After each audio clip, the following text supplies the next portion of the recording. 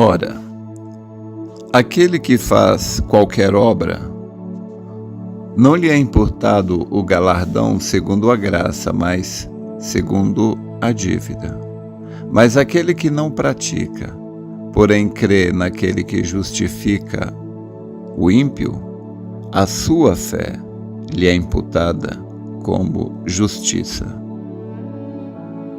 Assim, também Davi declara bem-aventurado o homem a quem Deus imputa a justiça sem as obras, dizendo: bem-aventurados aqueles cujas maldades são perdoadas e cujos pecados são cobertos. Bem-aventurado o homem a quem o Senhor não imputa pecado. Eu li na carta aos Romanos, capítulo 4, do verso 4 ao 8, para a nossa meditação nessa manhã. Mas vemos aqui no verso 8 esta afirmação do apóstolo São Paulo tremenda, que Davi também falou no seu Salmo 32. Bem-aventurado o homem a quem Deus não imputa pecado. Então, nos perguntamos: existe alguém a quem Deus não imputa os seus pecados? Obviamente que sim. Se a Bíblia está falando que esta pessoa é bem-aventurada, é porque ela existe. Existe este homem, existe essa mulher, a quem Deus não imputa pecado. O apóstolo São Paulo falou também dessas pessoas na sua carta aos Efésios, no capítulo 1, a partir do verso 4, Paulo disse: como também nos elegeu nele, quando?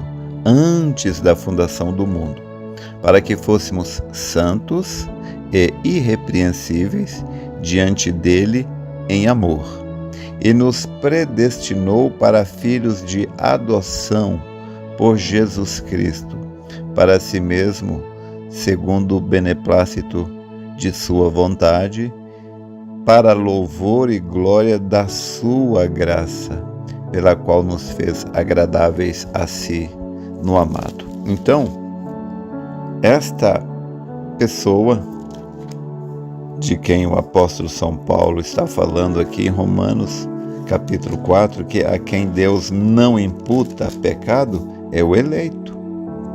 É a pessoa que estava nele desde antes da fundação do mundo, em sua mente, como parte dos seus atributos, como Eva estava em Adão, antes que Adão adormecesse. O profeta nos mostra tudo isto de uma maneira como ninguém poderia mostrar.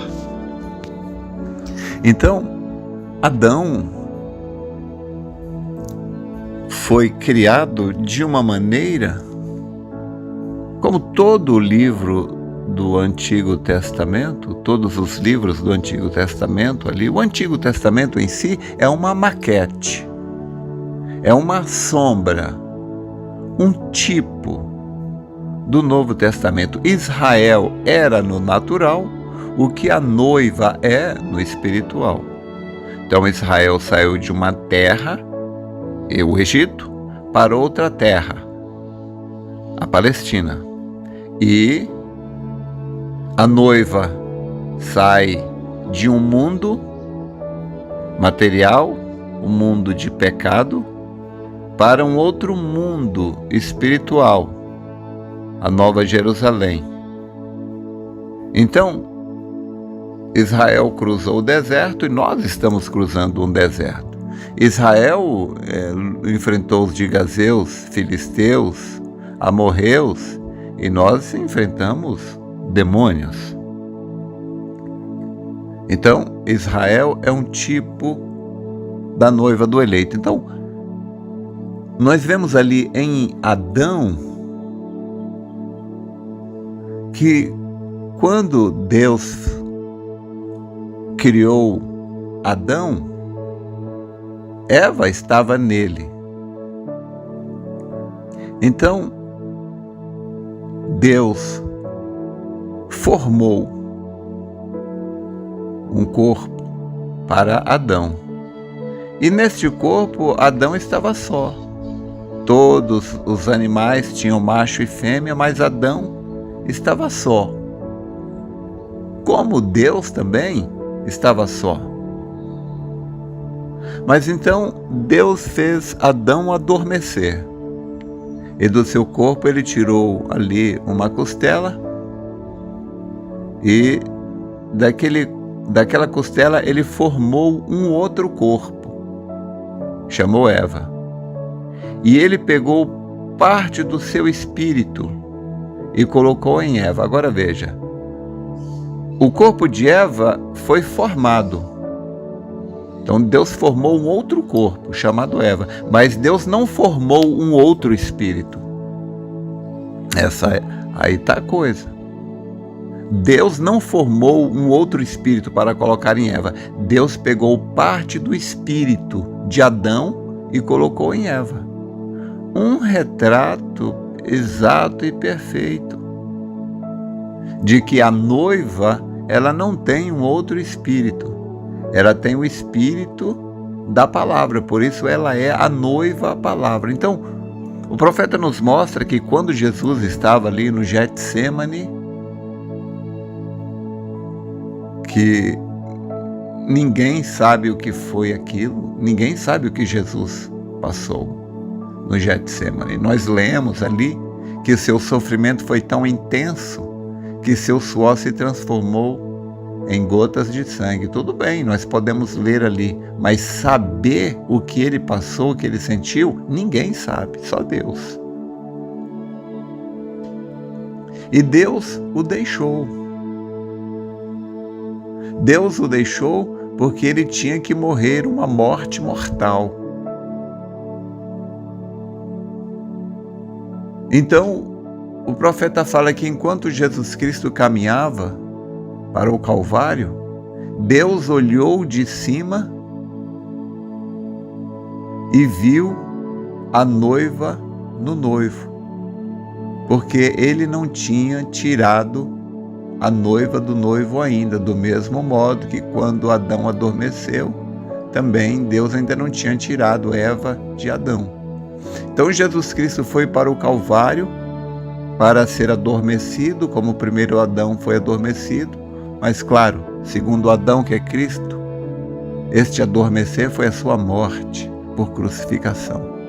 Mas o que eu quero dizer é que quando Deus olhou ali de cima, ele viu ambos, a noiva e o noivo, naquele corpo. Então, quando Jesus Cristo foi crucificado, a noiva foi crucificada junto com ele. Então, Paulo chega a dizer que, portanto, agora nenhuma condenação há para os que estão em Cristo Jesus, que não andam mais segundo a carne, mas segundo o Espírito. Então, nós fomos predestinados nele, é o que diz Paulo em Efésios capítulo 1. Nós fomos predestinados nele.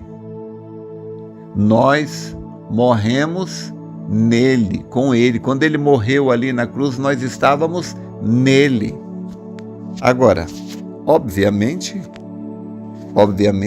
isso é álgebra, é língua estranha para quem não tem o conhecimento que nós temos. Mas disse o poeta: vivendo ele me amou, morrendo ele me salvou, sepultado ele levou meus pecados para longe, e ressuscitado ele me justificou livremente.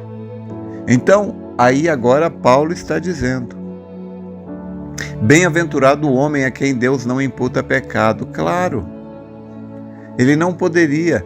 Olha, se a noiva foi crucificada nele, volta a lembrar, porque quando Deus adormeceu Adão no Éden, ele não tinha tirado Eva de Adão ainda, ela estava nele.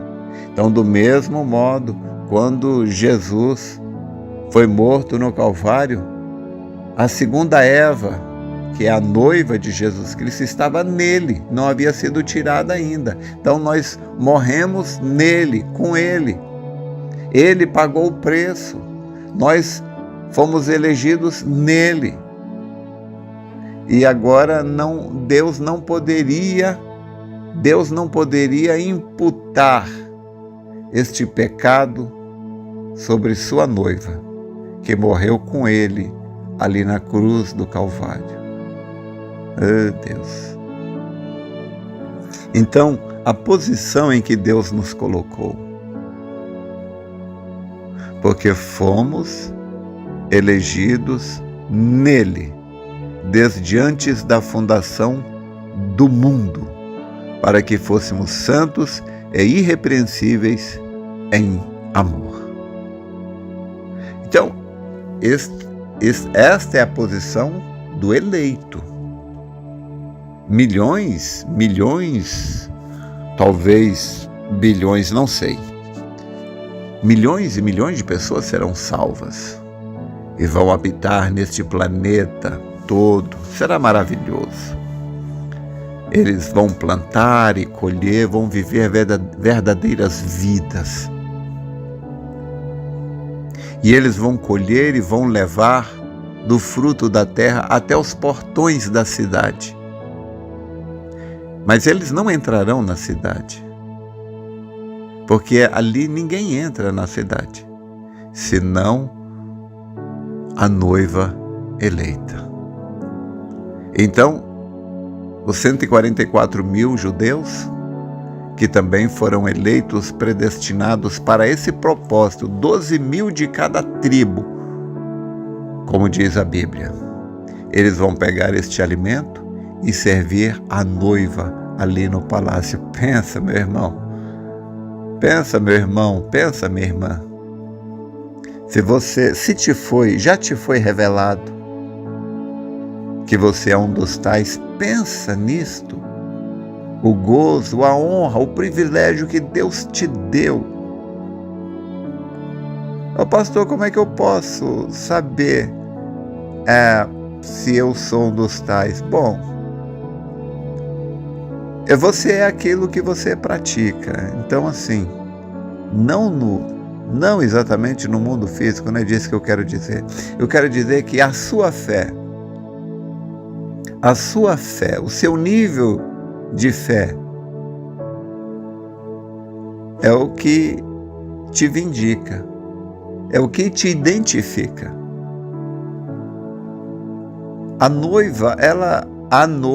Para a noiva é revelado, é mostrado algo que não é mostrado para mais ninguém. Quando os apóstolos estavam aqui, então, eles perguntaram uma vez a Jesus, falou: mestre, por que a eles o Senhor fala só em parábolas, mas a nós o Senhor fala abertamente?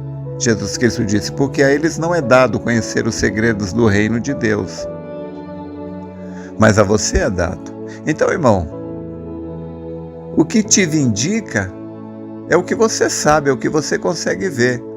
O que diz que uma águia é o corpo dela, a forma como ela voa, a forma como ela grita, a forma como ela enxerga. Ninguém enxerga como uma águia. Ninguém enxerga como uma águia. Aquilo que você consegue ver é o que te vindica. Entendeu? A altura que você consegue voar é o que te vindica. Nenhuma ave consegue voar tão alto quanto a águia. Nenhuma ave consegue enxergar o que a águia consegue. É isso que te vindica. Não é ninguém que vai falar isso para você. O apóstolo São Paulo fala em Romanos 8, creio que verso 18, diz que que o seu Espírito, o Espírito de Deus, testifica com o nosso Espírito de que somos filhos.